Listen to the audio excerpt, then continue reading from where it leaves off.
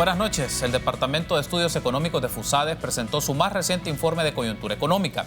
En él se analizan las condiciones de la economía mundial marcada por la baja en la actividad productiva e inversión, así como el conflicto comercial entre Estados Unidos y China, que generan impacto a terceros. A nivel nacional, el informe habla de menos dinamismo de la actividad económica y del empleo formal, aunque los índices de confianza empresarial y de consumidores muestran mejores expectativas en la inversión y condiciones económicas de las familias al cierre del año e inicio de 2020. Iniciamos 8 en punto.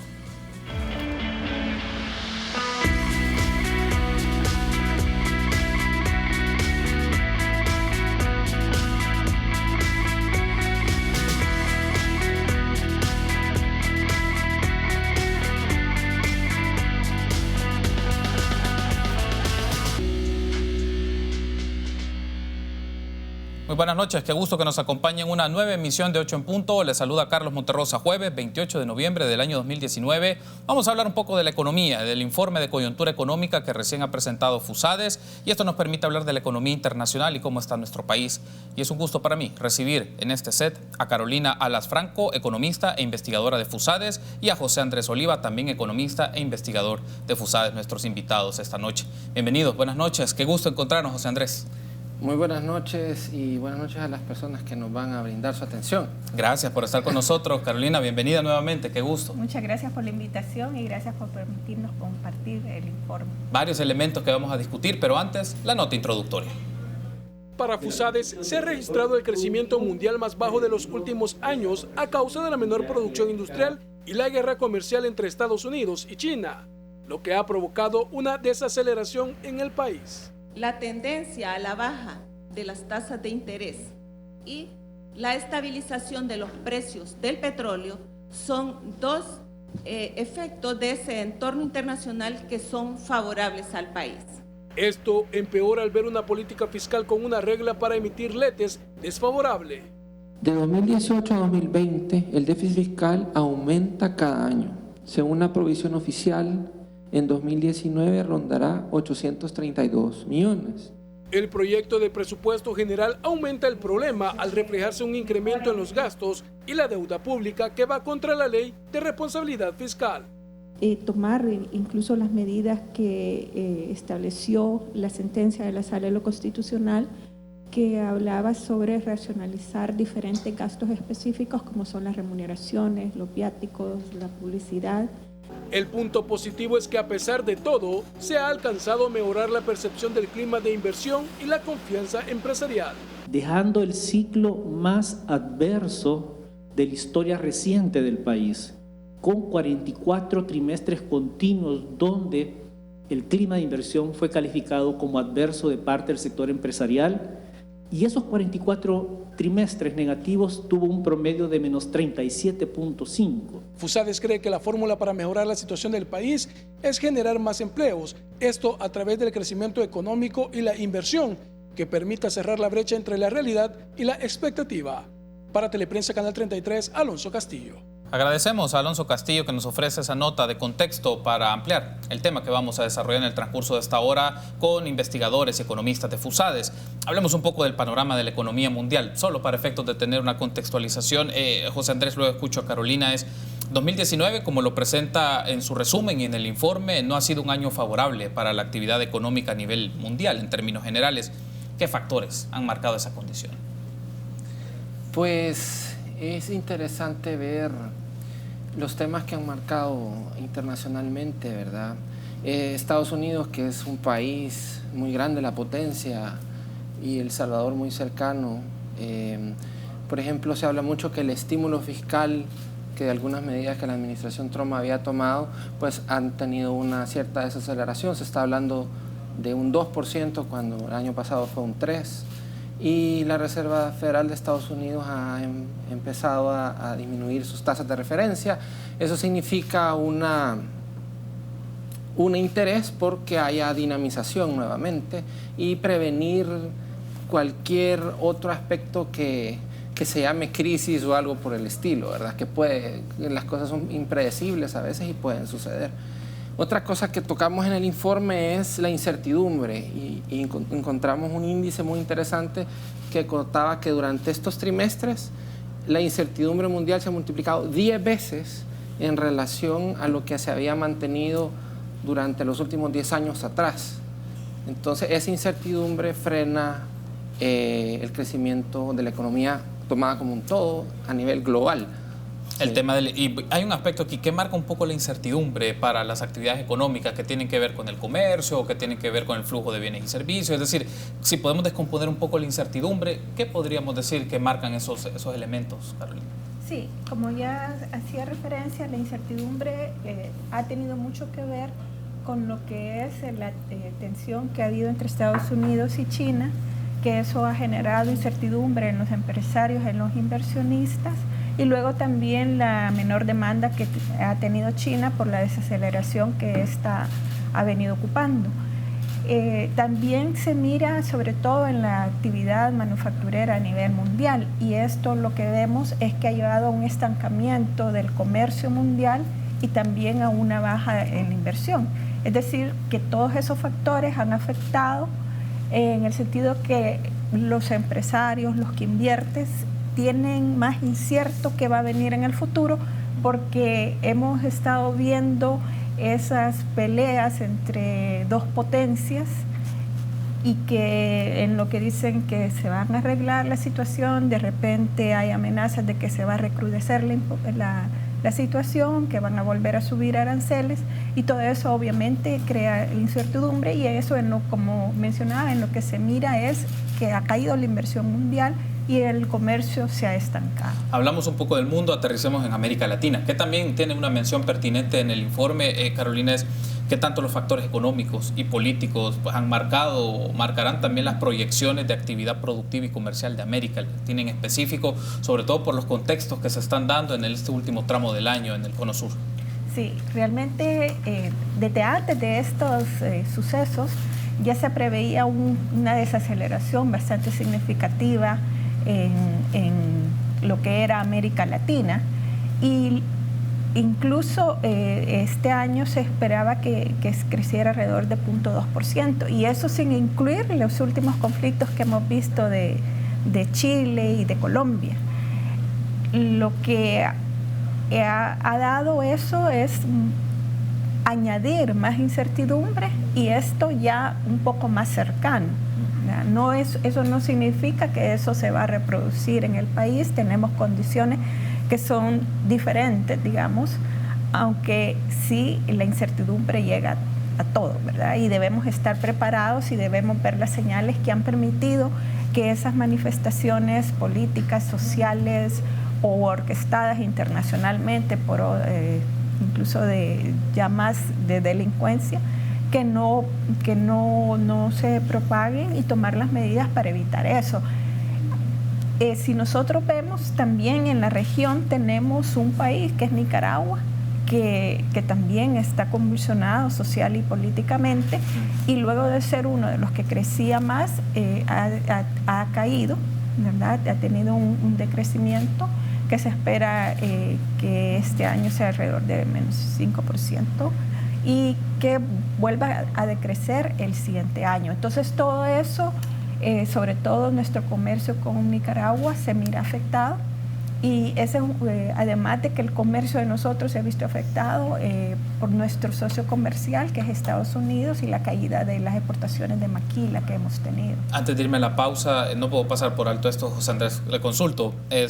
Un caso particular es Chile, también lo mencionaba Carolina. Chile ha tenido una convulsión social muy fuerte, pero también una muestra de insatisfacción de las personas con las condiciones de vida, no solo por el aumento de precios, sino que había algo también en el tema crediticio, entre otras cosas, pero también se discute el tema de que Chile es una reacción de la gente ante un modelo, una crítica de un modelo que se ha implementado por años, y lo paradójico es que ha tenido buenas condiciones económicas a nivel macroeconómico, pero ahí está la expresión de la convulsión social.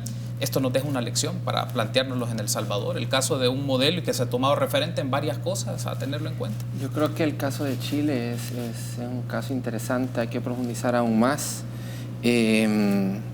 Los indicadores económicos chilenos son realmente admirables. Por ejemplo, tiene una clase media la más grande en América Latina. Eso significa que cada punto que crece la economía permea más adentro de las familias. Sin embargo, muchas de estas personas que tienen clase media están teniendo quejas sobre su nivel de endeudamiento y su nivel de carga en algunos costos de la vida. Y a mí me llama mucho la atención en el sentido como que se ha quebrado un contrato social. Y entonces las personas se sienten como en la búsqueda de una nueva constitución. Las marchas y las manifestaciones no cesan y el gobierno ha respondido, hay políticas, ha subido las pensiones, ha hecho que no va a subir el precio del metro, etcétera, pero eso no ha sido suficiente. O sea, creo que la convulsión quebró un contrato social y lastimosamente eso va a tener repercusiones que pueden ser a largo plazo para una sociedad que había avanzado tanto y que es admirable en ciertos sentidos, ¿verdad? Entonces vamos a darle seguimiento al caso chileno. Tenemos que hacer una pausa, pero al regresar vamos a hablar de la economía nacional y vamos a ver diferentes factores y variables. Regresamos en instantes.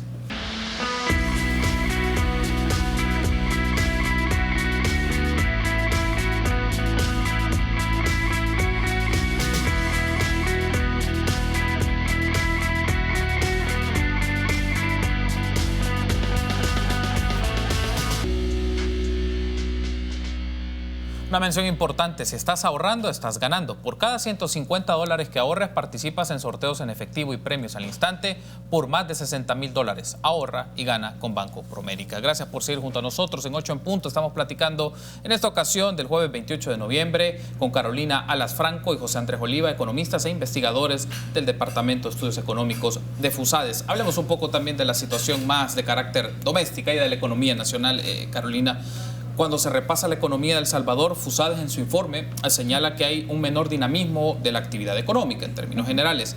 ¿De qué sectores hablamos donde se ha generado este menor dinamismo y por qué? A grandes rasgos, ¿cuáles son las causas? Sí, lo que nosotros vemos es que uno de los sectores que se está desacelerando más es el del sector manufacturero. Y eso se refleja en lo que son las exportaciones que han perdido bastante dinamismo. Y el sector manufacturero es un sector importante en el país e igualmente las exportaciones. Los años en los que nosotros hemos crecido más han estado asociados por lo general a un crecimiento vigoroso de las exportaciones. Pero ahora lo que nosotros tenemos es que las exportaciones tradicionales caen, que son el café, el algodón y el azúcar, que tienen una participación que se ha venido reduciendo. Vemos todo el problema del sector cafetalero, con los precios del grano que han caído y que no alcanzan a cubrir sus costos de producción. Vemos la maquila, que es uno de los motores importantes de las exportaciones, que también han reducido esa venta, y esto está asociado un poco al mercado estadounidense, porque es nuestro principal destino de maquila. Por otra parte, también vemos que no tenemos todavía concretizadas esas inversiones que queremos. De hecho, la inversión extranjera se redujo un poco comparada con el igual periodo el año pasado, y lo que también se ha reflejado esto es en una generación de empleo que es muy baja. A agosto, en los últimos 12 meses, se habían generado solamente 6.300 o 6.600 empleos nuevos, y eso es bastante bajo comparado con los 55.000 empleos que nosotros necesitaríamos generar cada año. En este sentido, tenemos una situación en la cual hemos visto una desaceleración en estos trimestres de este año, pero que, como ya vamos a hablar en los próximos minutos, tenemos altas expectativas. Entonces, lo que hay que ver es cómo estas expectativas altas se pueden lograr que se cumplan, y para eso hay que cerrar la brecha entre la situación actual y todo lo que se espera en el futuro, que tiene mucho que ver con la inversión y con el crecimiento de la economía. Hay un aspecto acá de la mención que se ha hecho, José Andrés, es En el caso de El Salvador, por las características de nuestra economía, es una economía que para potenciarla, dinamizarla y fortalecer sectores, estamos hablando de inversión o diversificación de producción. Es decir, tenemos que apelar a inversión extranjera, inversión nacional para darle dinamismo a esto, o buscar rubros o sectores de la actividad económica del país nuevos o novedosos o innovadores para que esto genere más actividad económica. ¿Por dónde pasa? Pues nosotros pensamos que la economía salvadoreña es pequeña y abierta. Entonces la gran apuesta debe ser la exportación. Y continúa siendo un sendero al cual continuar, ¿verdad? Porque es muy difícil pensar que atendiendo el mercado interno se pueda suplir toda esa necesidad de nuevos negocios y nuevas empresas que se tienen. También por el lado de la inversión, también el 80% de la inversión nacional es inversión privada. Es decir, la inversión privada de cara a la exportación. Si tenemos un país que también tiene ahorro interno bajo, pues tendría que ser la inversión extranjera directa. Inversión extranjera directa en inversión que sea para la exportación. Y en ese sentido tenemos historias mixtas. Por ejemplo, los bienes tienen un pobre dinamismo. Ahorita mismo están creciendo 0.5 nada más. Y el año pasado crecieron más de 6-7%. En cambio, los bienes sí crecen 16, crecen a 2 dígitos. Entonces vemos que nosotros debemos de exportar, pero los bienes también tienen barreras, las carreteras, las aduanas y toda esa logística, infraestructura no nos permite exportar bienes. Y entonces nos dedicamos más a exportar servicios. Y eso ha sido una forma de mandar al mundo valor agregado que nos ha dado réditos. Yo creo que eso hay que potenciarlo, hay que verlo. Y también la nueva apuesta de la economía digital, de la cuarta revolución industrial, tiene mucho que ver con eso, porque a través del Internet, a través de los servicios a distancia, se puede seguir esa ruta y potenciar mucho más. Otro de los aspectos que se mencionaba en la presentación del informe es lo vinculante a la confianza empresarial, pero también a la confianza que pueden tener los consumidores. En particular, quiero pedir a producción si nos pone en pantalla un tuit del vicepresidente de la República, Félix Ulloa, que hace mención al informe de FUSADES y nos permite como incorporar otro elemento en esta discusión. El Salvador es ahora el país más estable de América Latina, porque el apoyo al gobierno del presidente Nayib Bukele está entre el 81 y 95%. Eso lo dicen las encuestas. Pero este gobierno también tiene la más alta tasa de confianza empresarial en los últimos 13 años. Eso lo dice FUSADES, lo que ha permitido la llegada de mega inversiones a nuestro país. ¿Coinciden con la apreciación del vicepresidente José Andrés? Nosotros estamos viendo en nuestro indicador, que incluye hacer una encuesta a los empresarios, cómo ellos perciben el clima en este momento. Entonces hay una percepción de mayor confianza.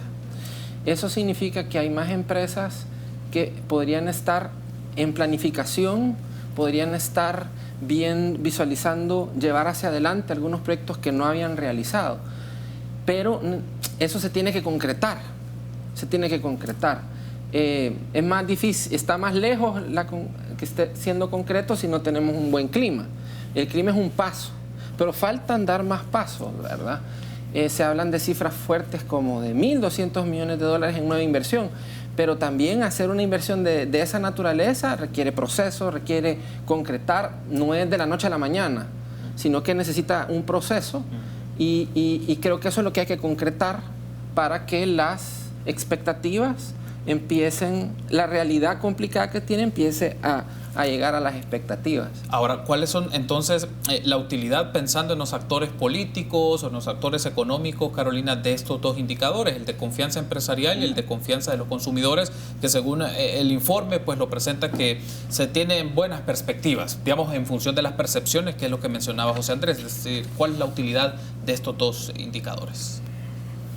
Eso lo que nos mira es, digamos, cómo se sienten tanto los empresarios como los consumidores. En el índice tanto de consumidores como de los empresarios se mide la percepción de la situación actual y se mide también las expectativas sobre las condiciones futuras.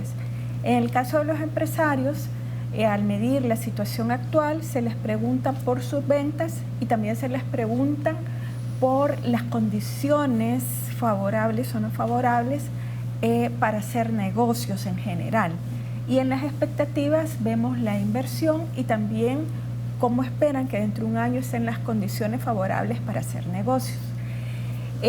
Tanto sobre la situación actual como de las expectativas, a finales del 2018 eso comenzó a mejorar. Pero si nosotros vemos un poquito más en detalle, vemos por ejemplo que en la situación actual el que mejora más es del entorno del negocio. Entonces, más que lo de las ventas. Entonces ahí está como, bueno, yo tal vez no miro tanto ese impacto en esta situación actual, pero sí miro como un entorno positivo. Y en cuanto hacia un año, también lo que ellos esperan invertir más está como un poco estancado y son más las condiciones favorables que esperan en un año las que van a mejorar. Entonces, de nuevo, la empresa tiene una buena expectativa dentro de un año, pero no es tanto en cuanto a la inversión que va a hacer, sino que al entorno en general, ¿verdad?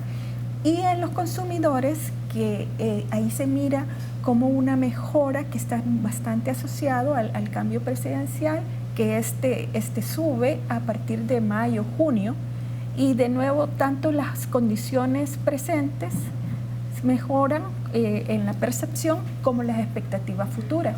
Pero el que se despega más, que hace que sea mucho más positivo respecto al futuro, es el de las expectativas. Entonces, de nuevo, pueden ellos sentir una mejora en la condición actual que está asociada en la percepción por ese cambio, pero las expectativas son las que están más altas. Entonces, estos dos índices nos mira tanto los empresarios como a los consumidores, y este índice también lo podríamos nosotros digamos, relacionar con otro índice que nosotros tenemos, que es el clima de negocios. Ese clima de negocios ya no es un índice, sino que es un saldo neto el que tenemos, y ahí lo que miramos es si cuáles son las empresas que consideran que el clima es favorable y cuáles son los que son desfavorables. Y en este tercer trimestre fue el primer año en que se logró, después de 11 años, 44 trimestres consecutivos que teníamos, que eran malos empresarios que consideraban que el clima de inversión era negativo. Entonces, por primera vez, se hace positivo en 27%. Esto es una señal muy importante, porque nosotros teníamos que desde el 2008, que era un año preelectoral, los empresarios, la mayor parte de los empresarios consideraba que el clima era desfavorable. Pero hasta este trimestre se considera que es favorable. Son más los empresarios que consideran eso, y cuando se les preguntan, ellos dicen dos elementos. Uno, dicen que tienen mayor certidumbre con este cambio presidencial, y luego porque hay menos inseguridad. Entonces, todo eso lo que nos dice es, mire, ustedes tienen, tanto en los empresarios como en los consumidores, tienen grandes expectativas y esperan bastante, y han pasado de una situación más pesimista a una situación más optimista, pero esto no va a ser espontáneo si no se llevan a cabo las medidas que hay que hacer para realmente atraer la mayor inversión y para generar los empleos, que ahorita los empleos están sumamente bajos. Entonces, no es que ahorita, tal vez José Andrés pueda comentarnos sobre el índice de empleo, entonces no es que ya se resolvió.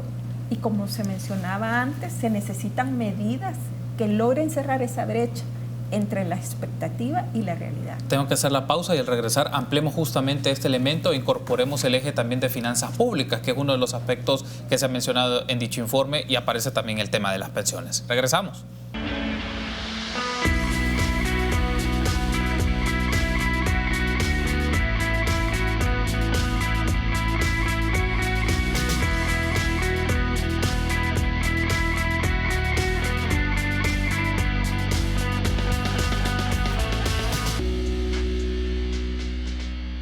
Recuerde que puede interactuar con nosotros a través de las redes sociales. ¿Cómo lo puede hacer? Bueno, en Twitter, @8enpunto es el espacio con el cual nos puede mandar sus preguntas o comentarios de la situación de la economía, o también a través del Facebook de 8 en Punto, como ven en pantalla. Pero también Facebook Live de Canal 33 es el espacio adecuado también para sus preguntas, comentarios, inquietudes del tema que desarrollamos en el transcurso de esta hora con Carolina Alas y José Andrés Oliva, economistas e investigadores de FUSADES. José Andrés, teníamos pendiente el tema de empleo. Ya vamos a hablar de finanzas públicas y el tema también de pensiones que ha estado en discusión en los últimos días.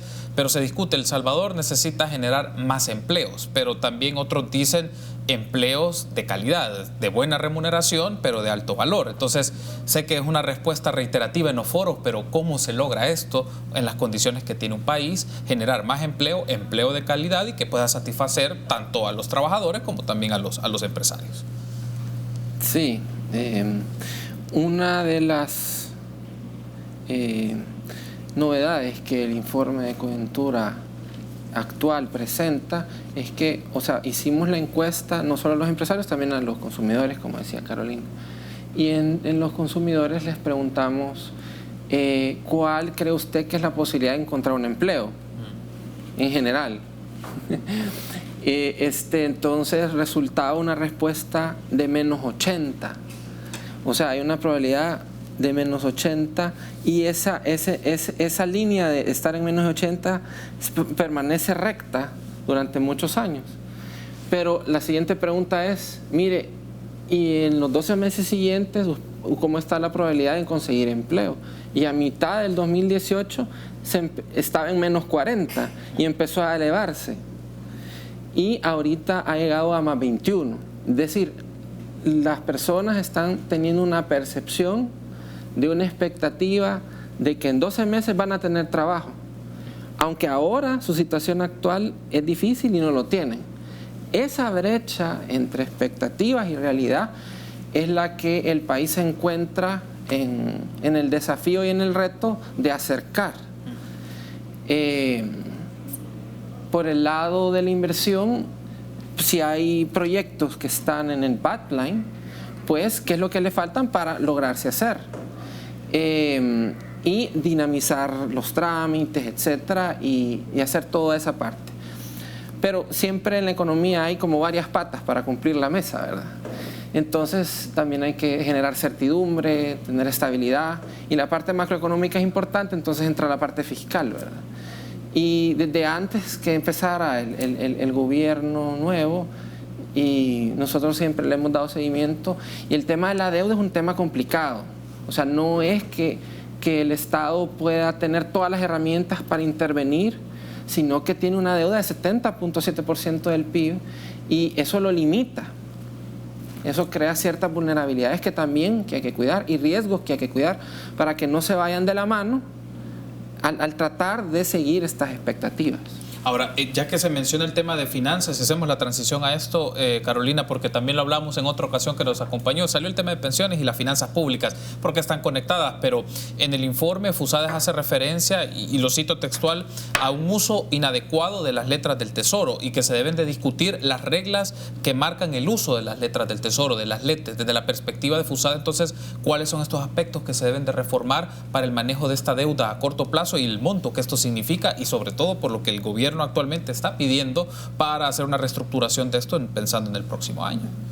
Sí, creo que en otros foros también ya se ha mencionado cómo antes del 2018 las LETES fueron utilizadas como la tarjeta de crédito para financiamiento permanente, y la Constitución lo que nos dice es que tiene que ser para descalces temporales entre los ingresos y gastos. Es decir, si es como una familia que si tiene que pagar el colegio de los niños el 25, puede ocupar la tarjeta de crédito, pero cuando le paguen a final de mes, pague esa tarjeta de crédito. En ese sentido debería de oscilar en un monto bastante bajo. Pero aquí lo que se ha hecho es que se acumula, y cuando se acumula se pasa a una deuda de eurobonos, que es una deuda que se transforma en permanente para el país porque nunca amortiza, solo paga intereses.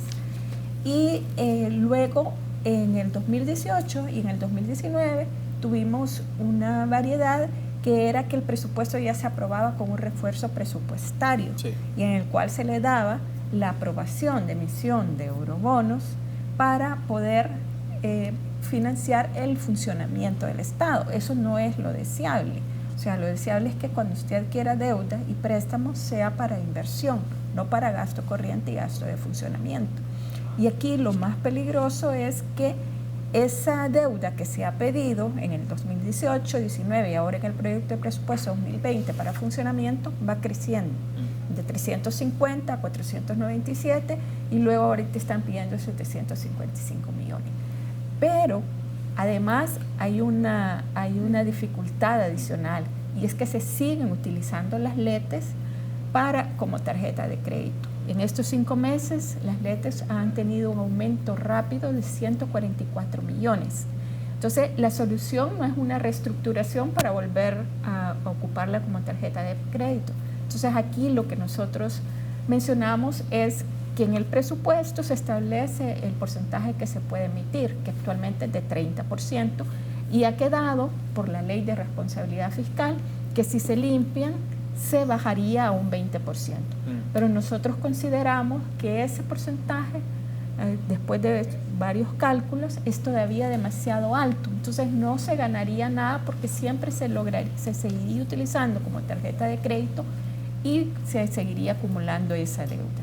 Y por otro lado, una forma que consideramos que también puede contribuir a que no se usen adecuadamente las LETES es que en determinado mes, por ejemplo en mayo, que se ha recibido todo lo de la renta, esas LETES queden saldadas a cero en ese momento. Esas serían, digamos, como 2 de las recomendaciones que nosotros dijéramos que se pueden hacer antes de eso. Y luego, si se cumpliera la Constitución, todo eso no se necesitaría, pero obviamente no se está cumpliendo. Bueno, y las condiciones en las cuales se configura este gobierno para su financiamiento y qué área va a intervenir de política pública, pero qué financiamiento requiere sobre esto. Y ahí entra en juego la deuda a corto plazo, el tema de la deuda a largo plazo, lo que significa para el Producto Interno Bruto y estos elementos. Pero tengo que hacer la pausa y al regresar hablemos del presupuesto 2020. ¿Qué impresiones le genera la composición del proyecto de presupuesto 2020 y el tema de pensiones, particularmente sobre el fideicomiso de obligaciones previsionales y el uso que se quiere hacer de un excedente en particular, según lo ha denominado el ministro de Hacienda? Regresamos.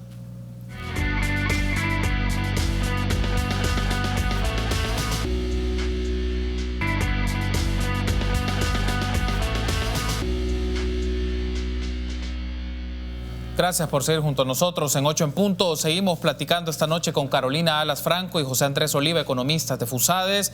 Quiero pedir a producción, nos puede poner en pantalla sobre el tema de pensiones, no quiero pasarlo por alto para tener su reacción. Luego vamos a ver y a leer los comentarios de los amigos a través de las redes sociales, pero es una serie de tweets sobre la solicitud del Fondo de Pensiones vinculado al fideicomiso de obligaciones previsionales. Por ejemplo, Yancy Urbina, alerta, el gobierno de Bukele ha solicitado a la Asamblea le apruebe sacar $21 millones del Fondo de Obligaciones Previsionales para financiar otros gastos.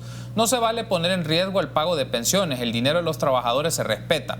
Gustavo López Davison, presidente de Arena, nuestro partido no permitirá que el gobierno tome el dinero de las pensiones que tanto trabajo, esfuerzo y dedicación cuesta a millones de salvadoreños. Nelson Fuentes, ministro de Hacienda, no se dejen alertar por falsedades. El gobierno no va a utilizar el dinero de los pensionados. En cada presupuesto se estiman los intereses del FOP y en 2019 tenemos excedente de $28 millones que pueden utilizarse en necesidades prioritarias para todos. Y por último, un tuit del presidente de la República, Nayib Bukele, en el que menciona lo que el gobierno informó a la Asamblea fue que de lo que el gobierno presupuestó para el pago de pensiones, dinero de los impuestos y no de ahorros para este año, sobraron 21 millones por un sobrecálculo en la cantidad de gente que se iba a jubilar este año. Bueno, ahí tenemos una variedad de reacciones y comentarios de agentes políticos, desde el presidente de la República, ministro de Hacienda, diputada de la Comisión de Hacienda y especial del presupuesto y el presidente de Arena. Carolina, es decir, ¿qué nos quiere decir esta collage de interpretaciones o lecturas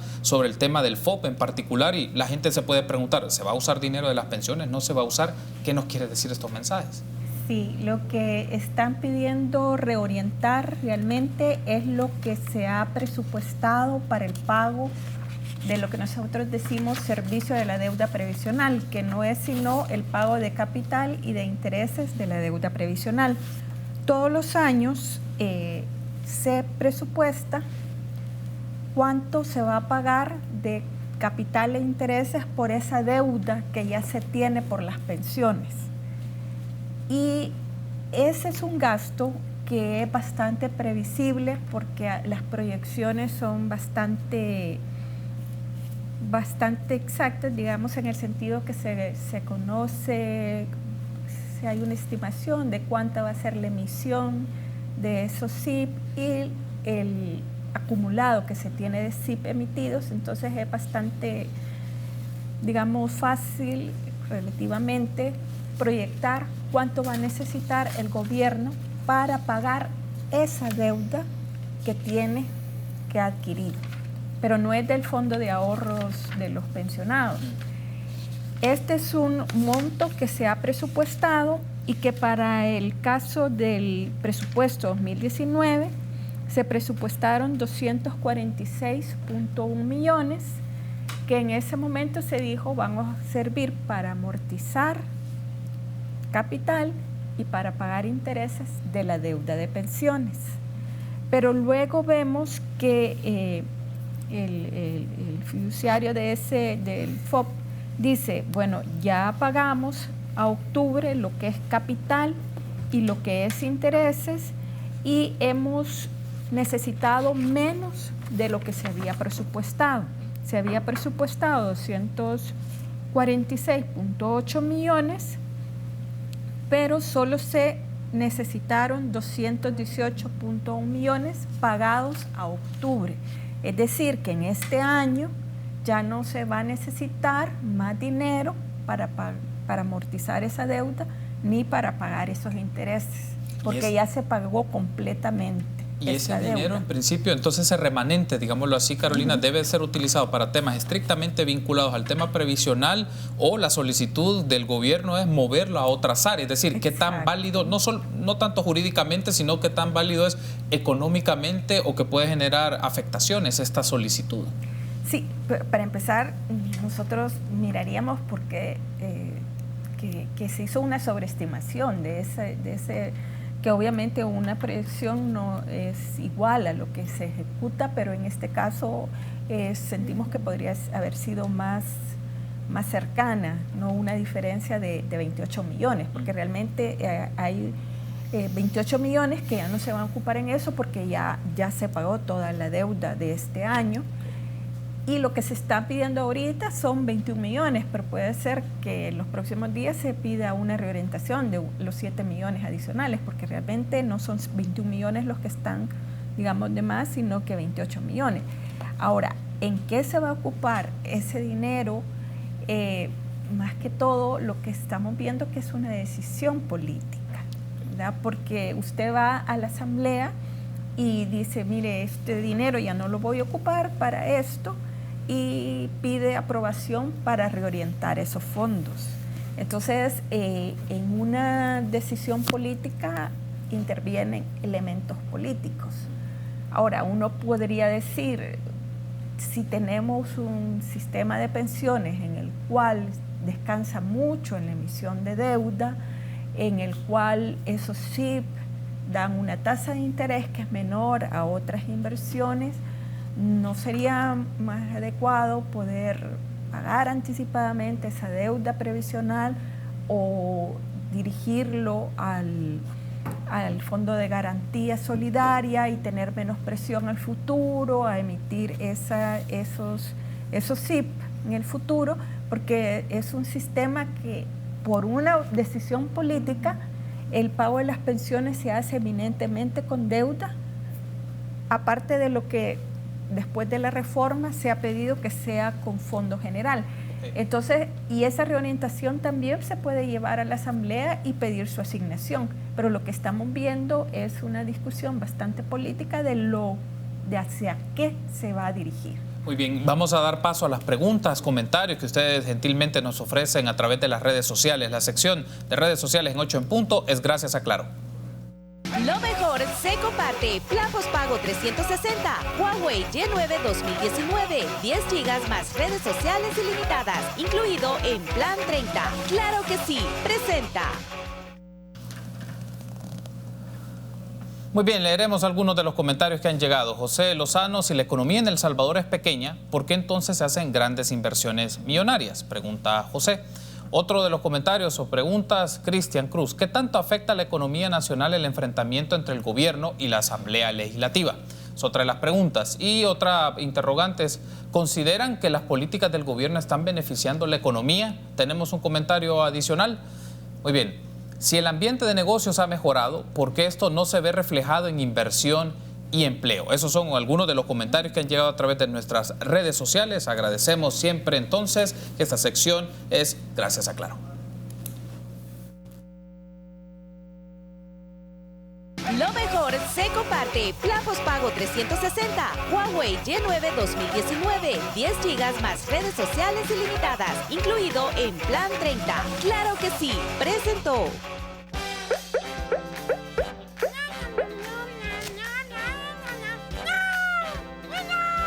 En Navidad, lo mejor que llevas dentro se comparte con tu plan postpago 360, que viene con un Huawei Y9 2019 con 10 GB, WhatsApp, Facebook, Instagram y Twitter ilimitados y América sin fronteras. Todo incluido en plan $30, antes plan $40, para celebrar esta Navidad. ¡Claro que sí!